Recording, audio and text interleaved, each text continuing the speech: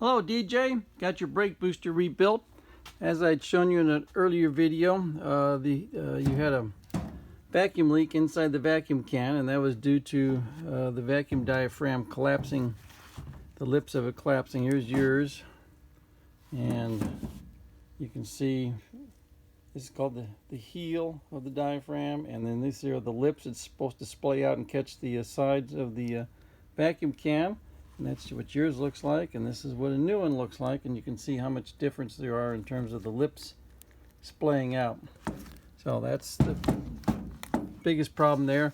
Also, I've got you a remanufactured air filter assembly, and then of course all new hydraulics, and we are ready to rock and roll. So what we are going to see here on the test machine, both gauges are going to read the vacuum as produced by the machine, and then as the booster is activated, this gauge is going to go to 0, and when it hits 0, the booster is fully activated, and this gauge is going to stay constant and maintain the same vacuum as produced by the vacuum pump. And if this gauge varies, then we have a vacuum leak someplace. Over here on the hydraulic side, we've got our input. Both gauges are tied together, so this gauge goes up, maxes out, and this gauge reads final input pressure as supplied by the master cylinder on the machine.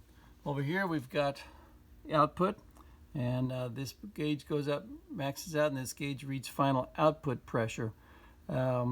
Without any vacuum, the input and the output will be the same.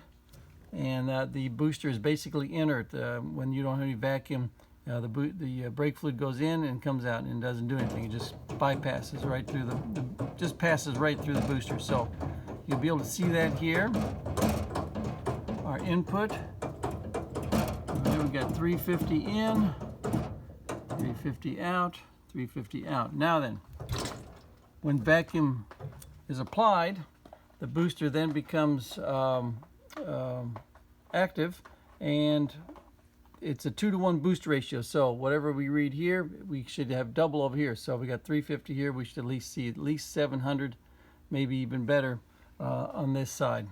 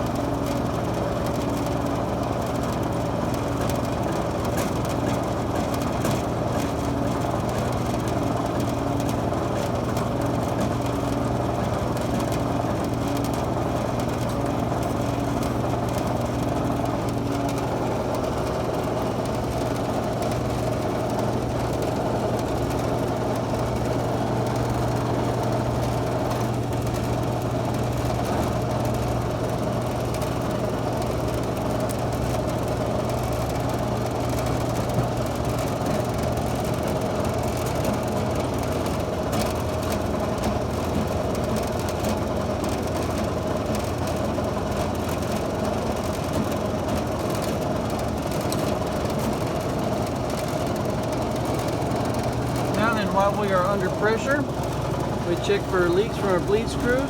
No leaks there. Check for a leak here from our jam nut. We got a drip right here, but that's coming from my fitting. I couldn't tighten it up. And then we check to make sure everything's holding pressure and fluid. And it is.